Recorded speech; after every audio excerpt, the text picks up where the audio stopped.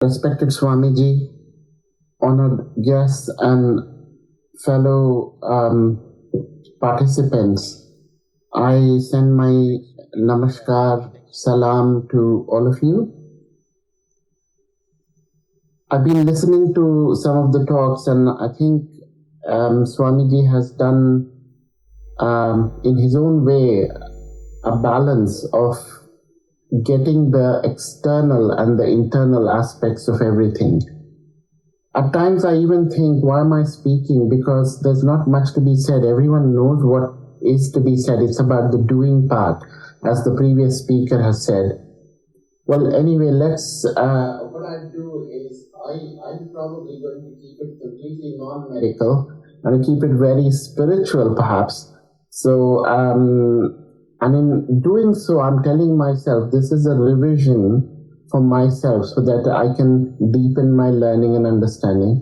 So any shortcomings are mine, and I give all praise to God for all the inspiration that God provides. So I had the privilege of presenting my spiritual master Jilani Sahab's talk yesterday. And one of the feedback given to me was, while there are theoretical aspects, if one can focus on the practical application of some of these concepts. So today I thought, while I'll try to do that, I'm more of a contextual person, but then of course application is equally important.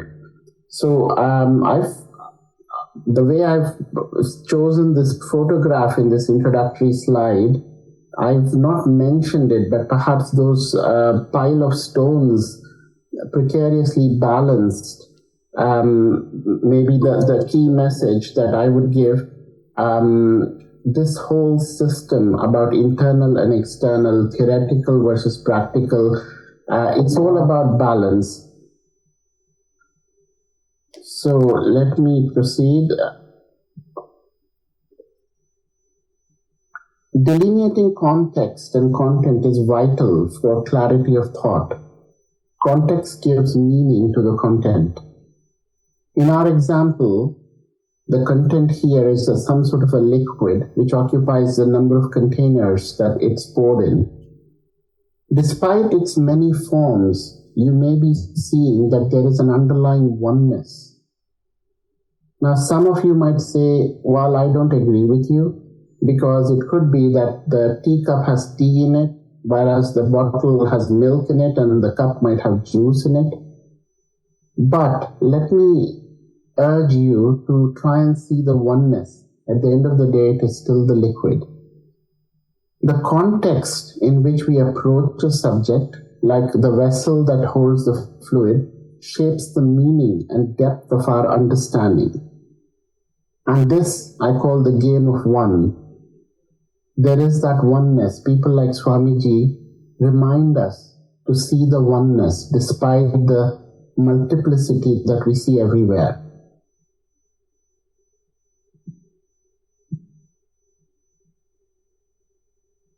I've seen my master Jilani Sahab with Swamiji there, and it's such a beautiful reminder of these personalities who are spreading the light in the world.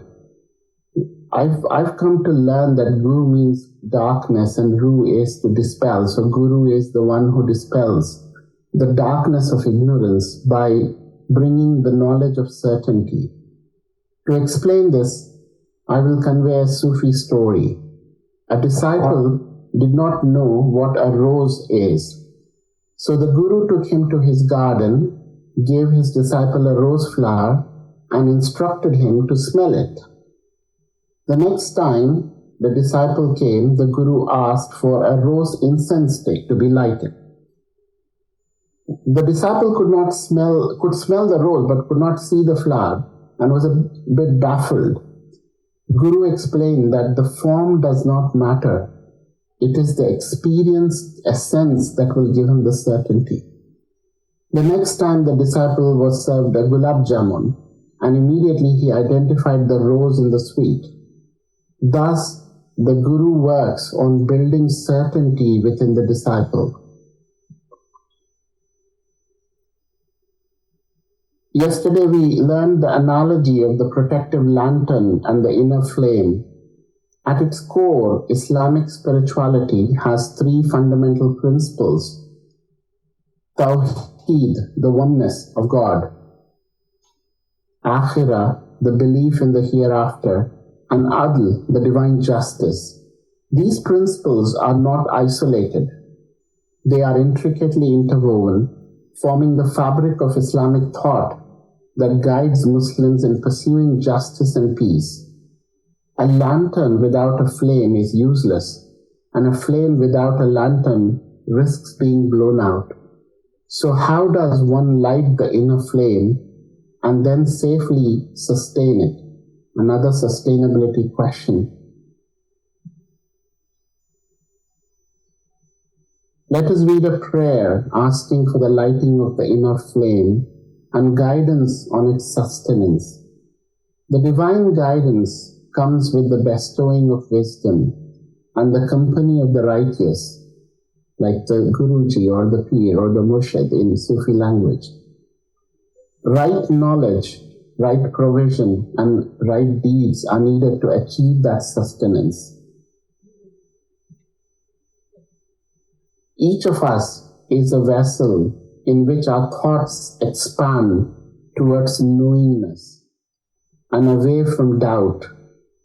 The oneness within the core of certainty becomes apparent as we embrace the teachings with gratitude, sincerity, and genuine desire for spiritual growth. This leads us to certainty. First, as knowledge, which is called ilmul yaqeen, then the vision, which is ainul yaqeen, and finally experience, which is the haqqul yaqeen. This journey, described in 3 simple steps, can take a lifetime and more. Sufism, in essence, is the inward journey in search of God that passes through the milestones of reconciliation, renunciation, awareness, culminating in connection and reliance, leading to the purification of the soul. The emphasis on meditation, reflection, contemplation, and purification aligns with its core principles. In this journey, humility emerges as a recurrent theme, and sincerity in every action is for the sake of God. So while we say a lot of words, at the end of the day, it is the implementation of this. I've practiced as a medic, I've practiced, I've been a researcher, but I think while we talk about peace, while we talk about reconciliation, these, as the previous speaker said, have to go beyond words. They have to come into each one of us. Only then can we find that peace that we are looking for at a communal level. And of course, while they all appear simple theoretically, the journey to the core needs a traveler with sincere intention, a clear roadmap, and a competent guide. Sincerity in intention is vital at each step, whether it is about going to school, whether it's about doing a piece of work, whether it's about treating a patient. One cannot reconcile without sincerity. Hence, there is a prayer, as we say in many aspects of Islamic tradition, but unfortunately, a lot of it then becomes just words without the sincerity of intention. Without the sincerity, it becomes the lantern without fire again. And this is by far the most important reason why we fail to reconcile despite our external efforts of prayer. You might have heard your Muslim friends insisting on halal food. While there is an externality to it, the essence of halal is the concept of right sustenance. This does not just apply to food. It is the right knowledge, provision, and deeds in every aspect of life. lack of purity in this will impede progress on the inner path. I want to stress here, especially as a pediatrician, the importance of right sustenance when it comes to creation. God is our creator in the spiritual realm, but our mothers are our creators in the physical realm. Of course, fathers have to play a part. Right love, care, and nurture are vital for a healthy child. This is also true in the spiritual sense. Not only one only reaps what one sows, as they say. And while this is universally accepted, why are we surprised when it comes to harvesting what we have planted? Mercy, a quality deeply embedded in God, is sought and extended to all creation. Through acts of mercy, the Sufi transcends ego and becomes a vessel for divine grace, echoing the profound Islamic principle, as said in the Quran, "My mercy encompasses all things." In Sufi teachings, hope is the driving force that propels the seeker forward on the spiritual journey leading to certainty. The anticipation of God's infinite compassion and mercy ignites the flame of hope, dispelling the darkness of despair. As Rumi says, "Where there is a ruin, there is hope for treasure." Compassion begets mercy, and mercy fosters hope, and hope in turn deepens one's capacity for compassion. Together they form the heartbeat of Islamic mysticism, or for that matter any mysticism, resonating with the divine rhythm of love, forgiveness, and boundless optimism on the journey towards spiritual fulfillment. The hadith or narration of Jibreel unfolds a profound dialogue between the Archangel Jibreel or Gabriel and the Prophet Muhammad, peace be upon him, providing a roadmap for seekers on the path of spiritual enlightenment, or for those who seek peace, so-called externally. Jibreel questioned him about Islam, Iman, and Ihsan. And this guides us beyond the rituals into the depths of mystic understanding. In a mystic lens, this hadith invites contemplation on the significance of ihsan or excellence, which encapsulates worshipping God as if one sees him. This dimension of spiritual excellence challenges the Sufi to transcend the formalities of worship, cultivating an intimate connection with the divine that permeates every aspect of life, urging the seeker to embrace a holistic spirituality. It encourages a profound awareness that extends beyond the physical realm, inviting believers to embody the essence of worship, faith, and spiritual excellence in their everyday lives. Rumi often tells us good stories, and he tells us of a story of a cunning thief who finally repented. And once he repented, he transforms into a force for justice by joining the police force. And Rumi argues that this transformation makes this person a more certain than those who have never walked the path of being a thief. I leave you with Rumi's words of hope. Ours is not a caravan of despair. Come, even if you've broken your vows 1,000 times. I'd like to thank Swamiji and the Foundation for giving this opportunity to share some of my thoughts, and also learn so much by attending and by your broadcasting on YouTube. Thank you so much. Greetings, Pranam Sri Sadhguru. Dr. Khalil, Swamiji had this question to seek your clarification and insights. One of the things you spoke about was on self-centeredness. So Swamiji's question was, are people who tend to be extremely self-centered, how are they in terms of their own mental, emotional stability? This was a question to you, Dr. Khalil. Thank you. Swamiji wanted to add one more point. Are they are people who are more self-centered, are they more prone to mental illnesses and instability and so on? As I said in my in my talk, that the one single cause of all the mental disorders, and this includes anxiety, obsessive compulsive disorder, depression, psychosis, psychosis, which in general terms we call madness, like a crazy person. All of them stem from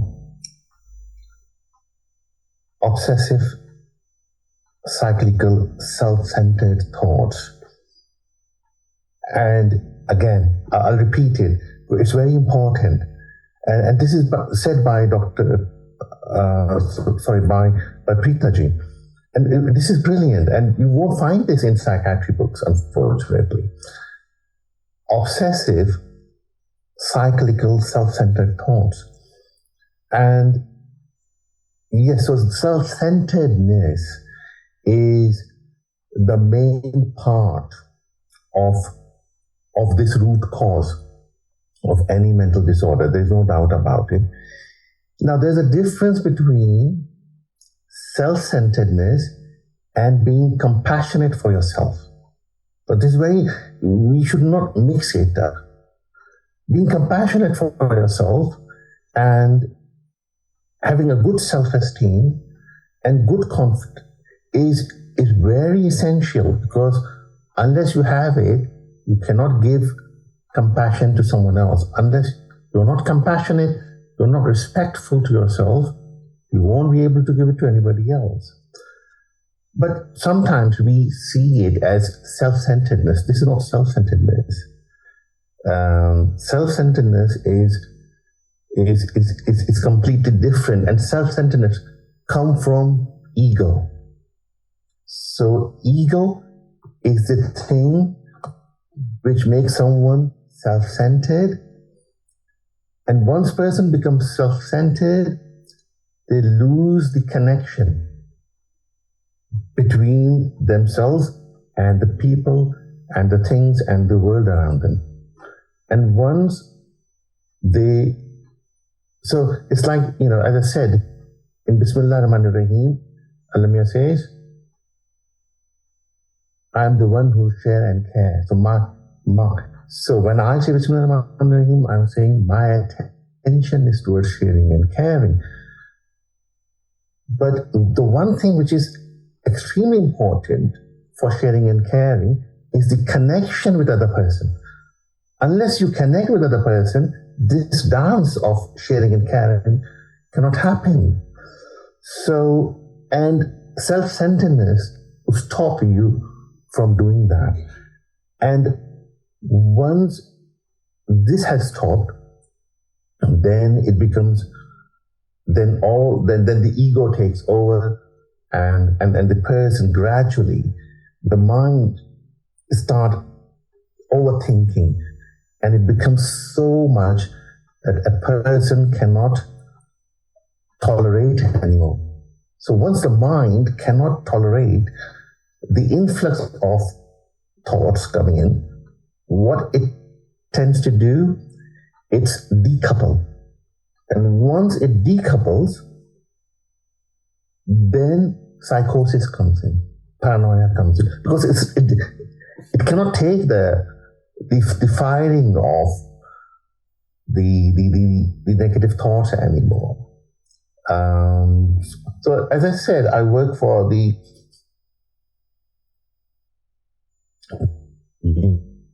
University of Leeds and come from everywhere to study there.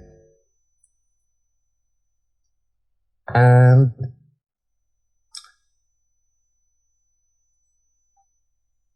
the first thing not about any symptoms of depression or anxiety or any checklist, but how do you spend your time? So what I try to see is, how isolated are you?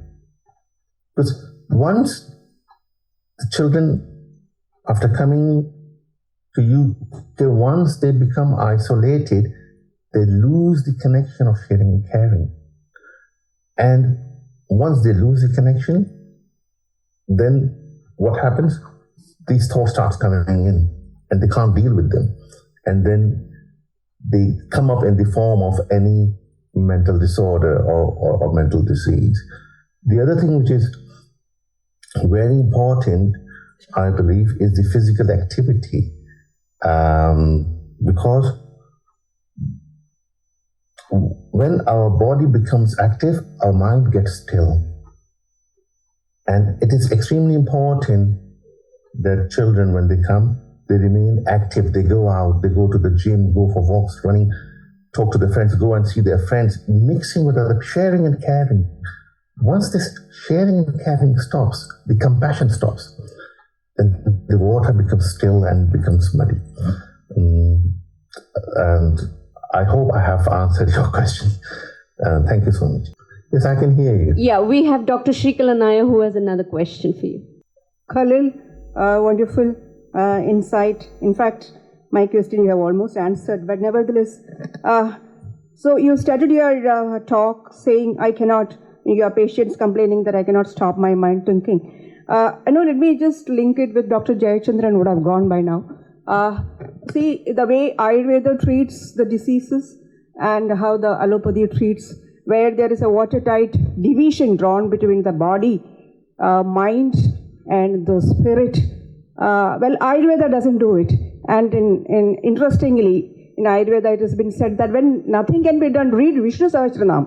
So this kind of, the unity that is brought between the body, mind, and the spirit, it seems to be significantly lacking in the current medical system. I know patients who have been treated for psychiatric diseases, and they have a young girl, she has stopped her cycles, and everything has been, disturbed in the somatic, the bodily factors, but then she is somewhat able to reduce the thoughts. And now these thoughts, why this psychiatric diseases are in advance? One reason is that even adolescent age, children are not able to stay alone for some time.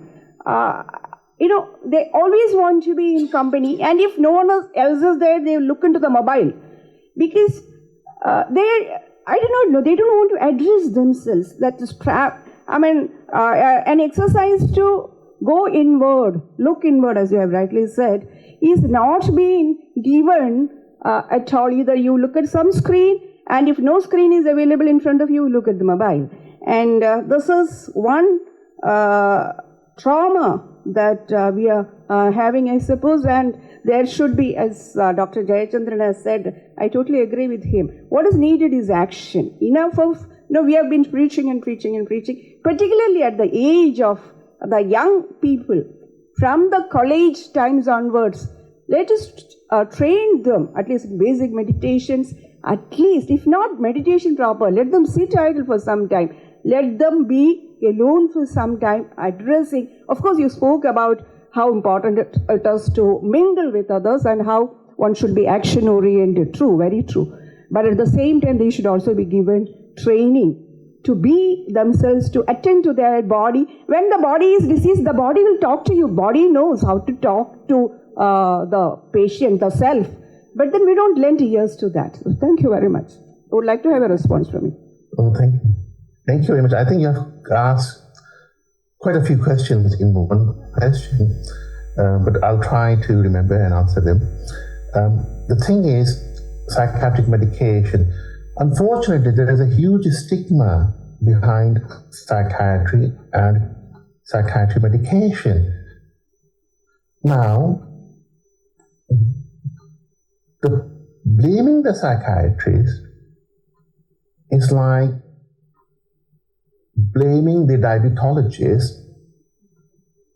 once you start having diabetes, that he's treating you for your symptoms and not, and not being good enough to stop you from the symptoms.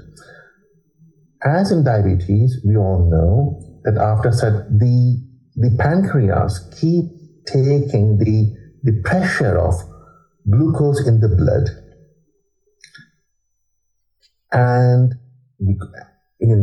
but we are healthy, we are not diabetic, we keep eating carbohydrates, we keep eating fats, and then one day comes when the pancreas says enough is enough, I'm breaking down, I cannot take this pressure anymore. And once this happens, no matter how much you try and be away from carbohydrates and how much exercise you do, you will need to take tablets. There's no doubt about it, because it's too late now. The time for prevention was there, but it's gone now. Now it's too late. Now you have to go to diabetologist. Similarly, in psychiatry, of course, there is a role for prevention, as I said, through spirituality, let's say, for example.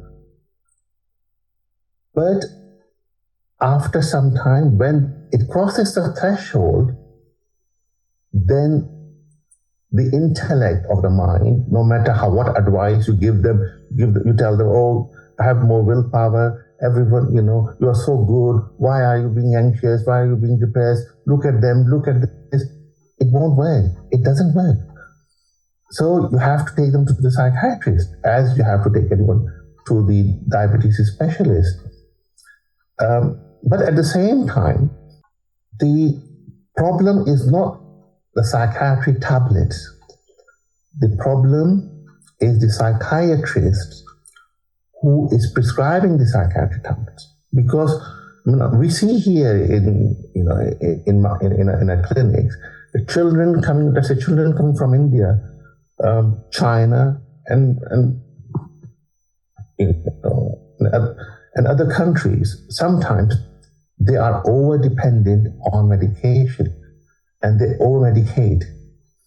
So you have to keep the balance between the medication and the advice that doctors give. But at the end of the day, tablets are important. There is no doubt about it. Once you tip over, advice won't work at that time. So that was one thing. The other thing I think you mentioned was, that children spend time on mobile phones and screens. Unfortunately, seeing someone or chatting on social media is not the same as going and seeing someone face to face, where you share your energy. I understand that in Hindi they say namaste, and namaste means that the light inside me honors the light inside you. It's not about me and you. The me and you is gone. The duality is gone now.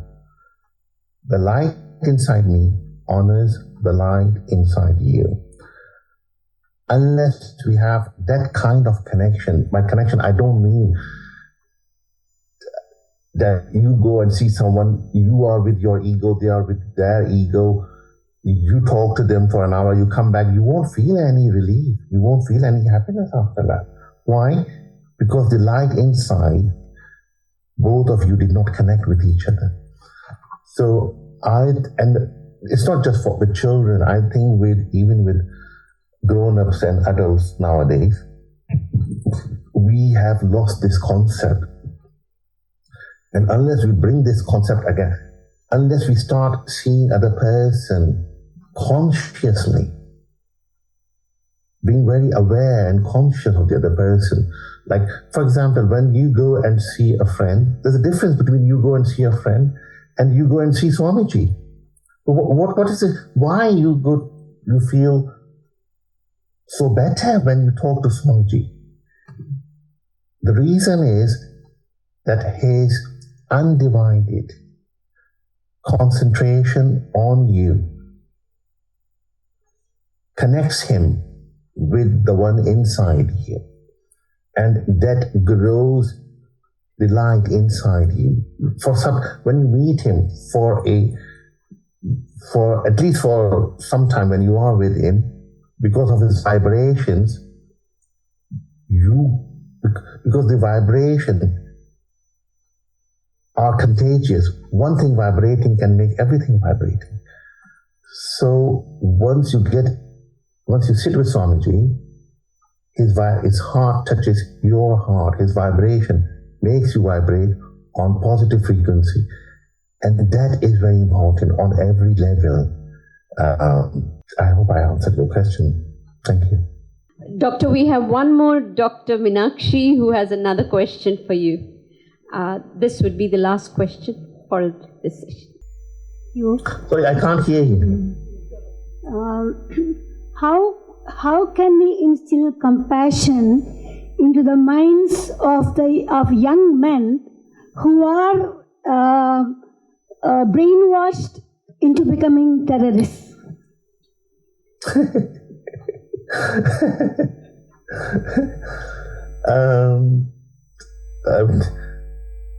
As you know, only the light can dispel the darkness, as Mohan Bhai was saying. Darkness cannot dispel the darkness. And the thing is that nowadays we are very used to things happening in a flash. Okay? We don't have a patience. So we are used to, putting the switch on and the light comes very quickly.